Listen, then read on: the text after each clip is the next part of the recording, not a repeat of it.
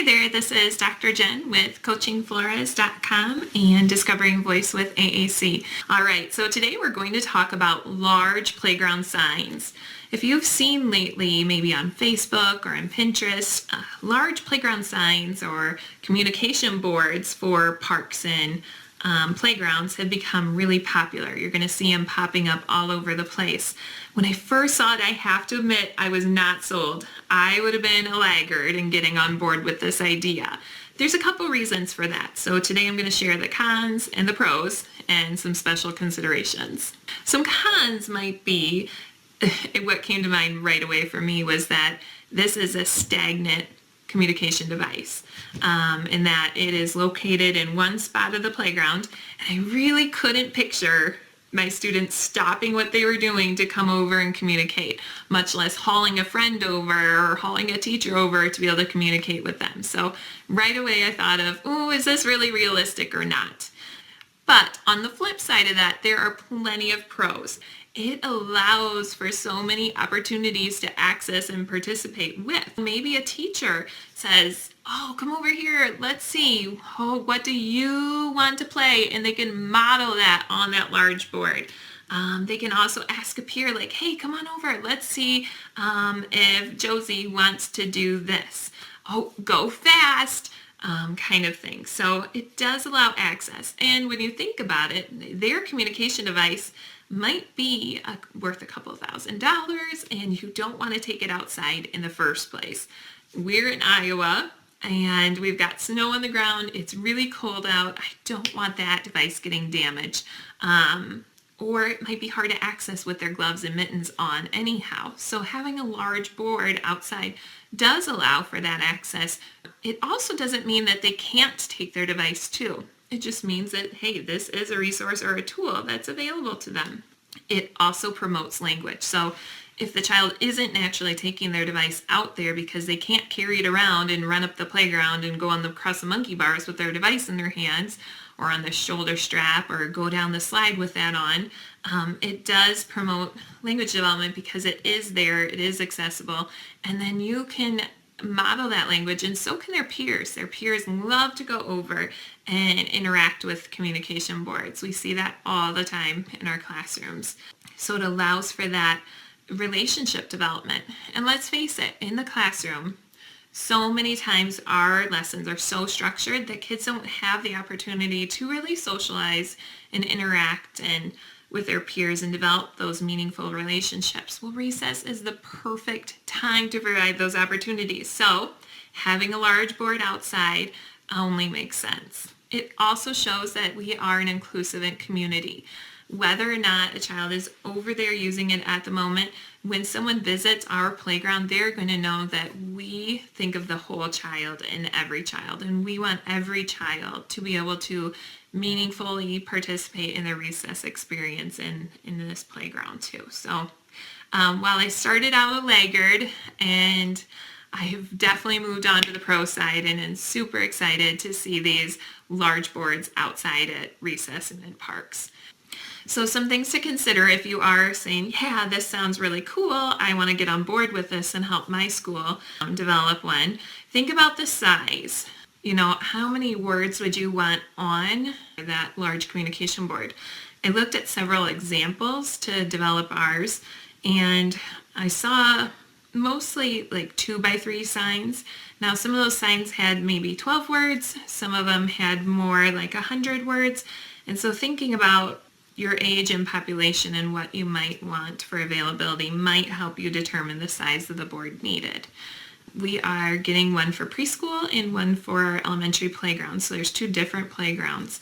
And in our preschool, we're doing the 2x3 sign, but we are going to reduce the vocabulary. So let's talk about the number of words. I am a big believer in a robust communication system. So children need to have access to lots of words, that we don't want to limit, and we want to be able to model for them all the different ways that we communicate. So I started out with a 77 location core board, and we ended up editing it down to 70, and we really only looked at mostly core words. I'll show you an example here.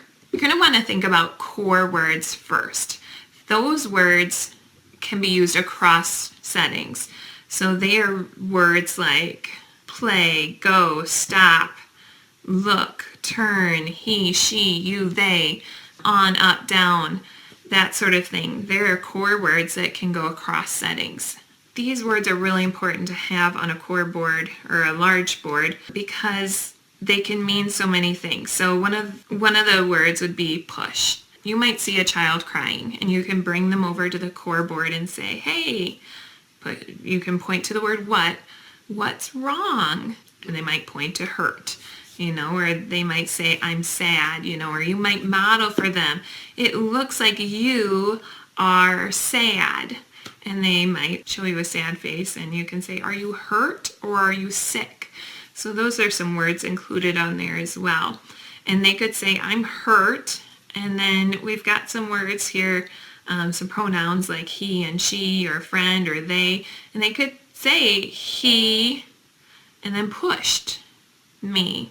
So those would be available for them to report maybe if there was a problem with an interaction with a peer. Or the word push might be there as well because they want to be pushed on a swing set. So those core words can be used in many different situations. I did include a couple of fringe words on this large board, like the word ball. So I didn't want to fill up my 70 locations with all the different kinds of balls at recess. We've got the kickball, a soccer ball, a basketball, a football, just to name 4 different balls. So I wasn't going to take up 4 locations. But you could model, you want to play ball? And if the child indicates, yeah, I do, then you could offer, would you like to play basketball or football? And give them that choice. Or you could say, hey, let's see, is there the word show me or go get the ball that you want? So then they could show you which ball they want instead of taking up 4 locations for different kinds of balls.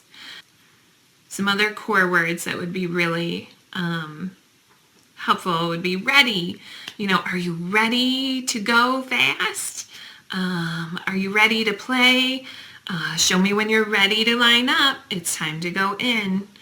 We also want to get vocabulary that's engaging to our students so that they can meaningfully participate with their friends at recess. So you might want to ask your friends to come play with you. You might ask them to play hide and seek. You go hide, I'm ready. You might ask them to run fast with you or slow down. Oh, I get this all the time. Look at me, watch me go across the monkey bars. Watch me go down the slide, and you can comment, that was fast, sort of thing. Or we might need the word stop and go on there. That can be a fun game to play, but it also might need to be a social interaction to stop. I don't like that. And we want to be able to model that for our students. We want them to be able to say to a peer to stop, I don't like it. Some other words that I included along the bottom would be something different. I've really made a push this year to include that word different on a lot of the activities that we have because what they want to say might not be on there. So we want to allow for that opportunity to say, I'm thinking something different. We also have the word like, uh-oh. So if you bonk someone on the head or you got a scrape, you could say, uh-oh. So that is an engaging word for the students. You also want to think about those question words. You can model, how much time do we have left to play? Which one do you want to do? Where do you want to go? Or with who do you want to play with? Are all some very good question words. We're really good about asking our kids questions, but we need to model asking questions. We all know our 2 and 4-year-olds can ask when, why, who, where, and all those get really annoying, but that's because we've modeled for them so many times verbally that our children pick up on that. But some of our students who need AAC to communicate, we need to be modeling for them as well so that they can start asking questions about what's going to happen in their life and really take control of their own situation. And that can also prevent a lot of behaviors too. So model asking questions so that they learn to ask questions as well. Really fun. You might want to think about color coding too. So you're going to think about the the layout of your board. So starting maybe with those question words could go in a couple of different places along the side or at the bottom. But I've got them on the side with pronouns and nouns and pronouns, and then feelings as well as action words, and then describing words such as like up or down, on or off, out, that sort of thing. And then some of those really important words at the bottom like yes and no, and then if they need to use the restroom or more and all done kind of at the bottom, so they're easy to find. Along with that layout, you might think of color coding. There are a couple of different color coding systems out there. Specifically, there's Goossens, Crane, and Elder, and then the Fitzgerald key. They have very similar functions like nouns, pronouns, adjectives, verbs, those sort of things. Fitzgerald key has a couple of additional categories as well. So if you have maybe in your classroom you use Proloquo with all of your students, then you might want to figure out which color coding key Proloquo uses and use that same one to develop your board for outside. Or if you find that you're using the Goossens color coding in your classroom, you might want to stick to that. Where I'm at, we've got all different kinds of devices with all different color coding, so we just picked one and went with it. And I have seen some core boards or some large boards outside with the button filled in with a color, so kind of the background color. I chose not to do that, thinking of the sun and the wearability. So we just included like the outside edge, or the frame was color coded. Prioritizing words too, so some of those important words at the top and sides and bottom so that they're easy to find, don't get mixed in the middle. And then also if you think about it, if you're in a situation like me where you can have two different core boards or large communication boards, that we have a preschool one. So in looking at the preschool set, I wanted a large vocabulary without being too overwhelming. So that one I think we developed was 51 words. And when looking at that, we want to provide access to the meaningful language, and then we want it to grow with them. So I didn't go and mix up too many symbols. They're in a similar location, and we really just looked at kind of deleting some of them off so that it wasn't overwhelming, but yet they still had access to the vocabulary words that they needed. I made sure to check in with our preschool teacher and say, well, do you guys take balls out to your playground or not? And do you play hide and seek or not? Or do you play tag? And kind of think about it that way as well.